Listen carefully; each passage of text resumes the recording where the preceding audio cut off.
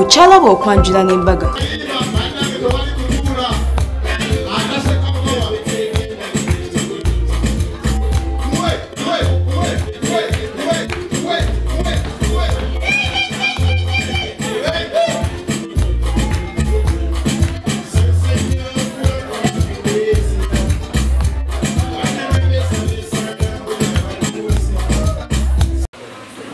He has sent me to bring for you a gift. We have a small calf, but he's requesting you to go and graze it. When it produces, you bring it back. That is a condition. You remain with that calf, you bring back my calf. Thank you, and I congratulate you. God bless you. Thank you very much. That is Director Agala. Yes, thank you very much.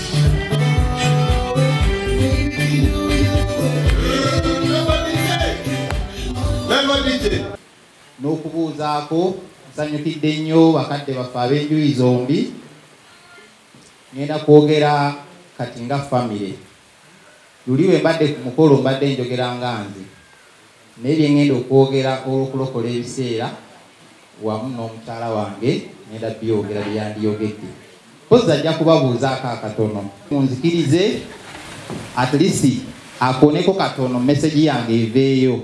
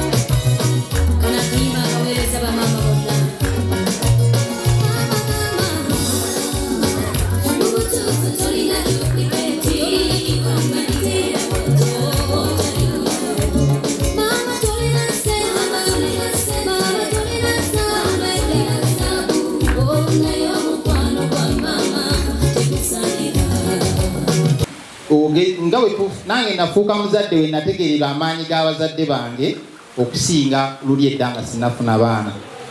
Naye omuzadde omwebaza taata ne maama, eyo ye message yange gye muli wamu n'omukyala wange ne bataata ab'enjuyi zino, ye message yange eri abazadde baffe. Mwebale kutukuza, mwebale tubeererawo. Senga si mmwe ne Jack teyandindabye. Mwebale nnyo, mwebalire ddala. Nandiboogeddeko bingi naye olw'obufunze bw'obudde. Era neebaza Mwami Alon kabona message eno go n'ogimuwa eyasobodde otugatta Father Sebuliba, bamuyita Father Luke Sebuliba. Omuntegeereze twade tumusabye abeerewo n'endoozi abadde alina ebirala. Tweyanziza nnyo, tweyanziige. Neebaza nnyo baganda bange mwenna abali wano n'abataliiwo, bakulu bange ne bato bange munkwatiddeko mu lugendo luno. Twalutandika mu Gwomwenda tuludda mu January kati tuluggusizza. Director watuwerekerako, twebazizza nnyo ku lugendo olwasooka, olwokubiri n'olemererwa olw'emirimu. N'olwaleero twebazizza nnyo omwami n'omukyala abyala. Abantu abo balirwana abange mu mutima neekumirira n'egy'ennyumba. Tusabira kati mu biseera bino luli emabega twali twawula parish, naye kati tuli mu parish emu. Parish y'Erweze eyo gye tubali tuwangaaliramu naye twagisenguseemu ne tugenda mu parishi eri Mwakuraiti bagiyita Kabulamuliro. Abantu bonna ababaddewo ku baffe sigenda kumenya kinnoomu wabula mwenna banaye kyeyanziza nnyo kyeyanziza.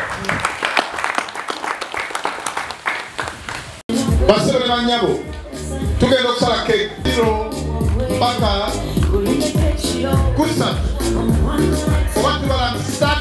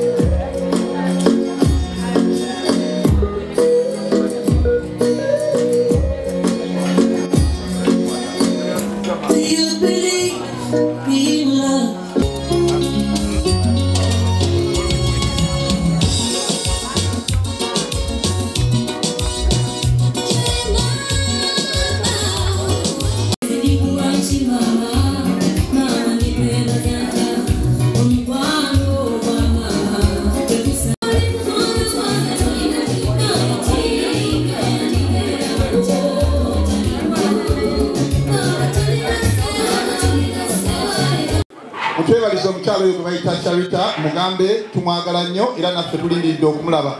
Basebo ne bannyabo ziri ssaawa 12:33 okujjako ng'essimu ye essaawa y'eriko ekitaano.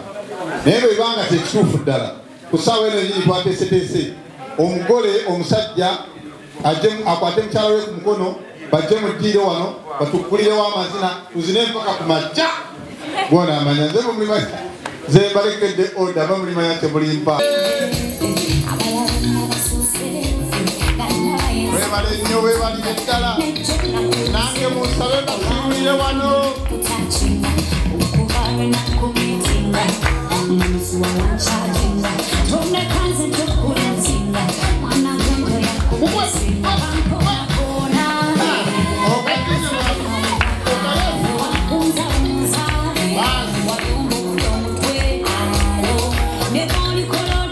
Wano wolabira n'oyawoze nnyo emisango gy'ettaka n'egy'owino.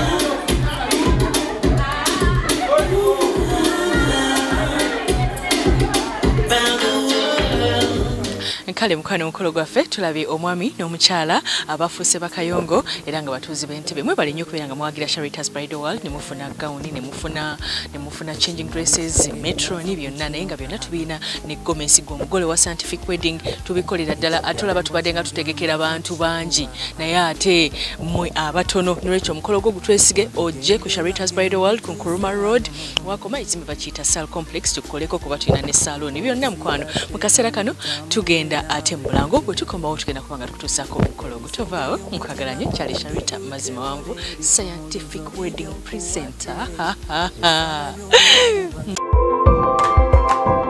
okyalaba okwanjula n'embaga